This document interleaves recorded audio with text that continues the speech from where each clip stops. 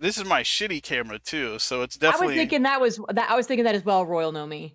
a leprechaun. No, it's not a leprechaun. It's more Celtic related than it is like. Is it Mm, like Stonehenge? I no. don't know. Like a little Stonehenge diorama. I don't know. Mm-mm, mm-mm. This is why I tell people they gotta follow me on Twitter. Watching Peanut is better than watching Printer, but the print on Friday, the color was amazing. Support. Oh yeah, the Mewtwo skull. Yeah, It was beautiful. it looked cool. Even the supports looked cool. Like I thought about, like I was literally watching it print, and I was like, I'm almost tempted to leave the supports on it that make it look like it's he's kind of like overgrown with like.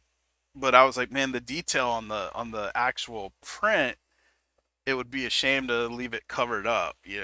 So, um, What about cleaning up the prints whenever you're done afterward? How does that work? Like, do you have to like sand them, right? it depends on what you're gonna do with them. It depends, like, so obviously there's the support removal and stuff. If it's a multi-part piece, you still got to super glue everything together. You've got to unless you're gonna paint it, and then there's a whole like get sanding it, hitting it with primer, and then sanding it again, and then hitting it with primer and sanding just to get all those lines and ridges out of it without losing all the detail.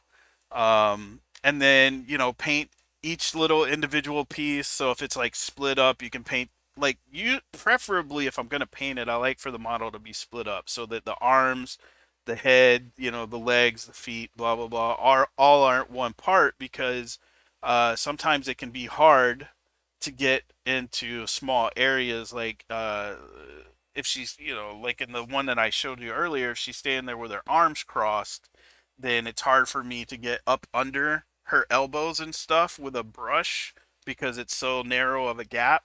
So it's better to paint that before you assemble it. But since that's one I'm not planning on painting, I just went ahead and glued it together. Um, Hmm. It's obviously hentai. Yeah. Oh, definitely. obviously, Obviously. I mean, it's Monday. have you ever seen? So, what's Monster the normal fucking kind of stuff Monday. y'all monster? Oh, there you go. There you go. There's a whole section on Audible about that. Did you know that? Is there? Apparently, yes. A friend of mine was like, "Check this out," and like sent me a book cover for uh a bodice ripper that was like a minotaur or something, and I'm like, "What the fuck is this?" And she's like, "Oh, there's a whole category on Audible for these," and I'm like, "Okay, but what the fuck is this?"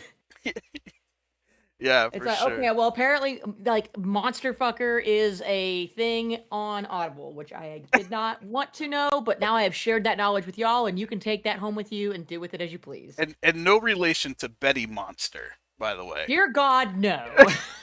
Dear God, no.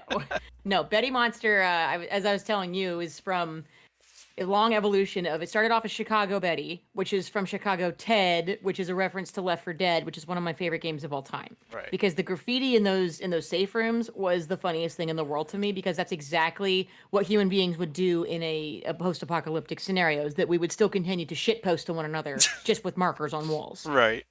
Leave it And I'm there for like, somebody else yeah. to find. Exactly, Yeah. exactly. Just like, bathroom stalls or whatever. Thanks for But reading yeah. motherfucking Monday. I Um, mean, you could have like imagine like a whole wall of it and like everybody just on a Monday will go and like write their grievance and then walk away. And then like that just starts things from there. Like whole angry marker threads of people like scratching shit out or whatever. That hmm would be hilarious. So you're saying we need to do a Left for Dead print? Hmm. I am saying that. I Yeah. I don't know where you get your models from. I'm sure that they're out there Oh though. yeah, yeah. Fotis has.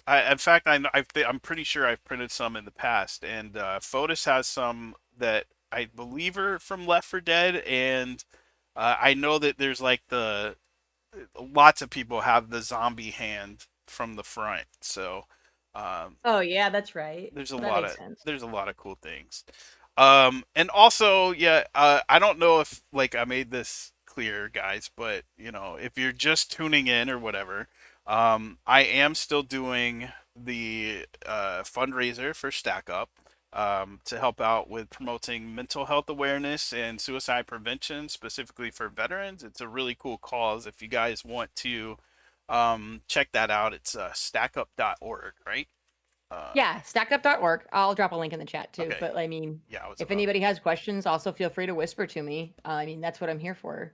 Yeah, And, we're out here to do a good cause because like we're people need help, and especially veterans in the cases where they kind of get ignored by people that should help them. for sure. And they Um, they do focus on like helping them out through gaming. And yeah, it's geek culture as opposed to like, oh, here's a phone line you can call. It's like, oh yeah, hey, let's have like a game night where you can, hop in and we're gonna play some COD or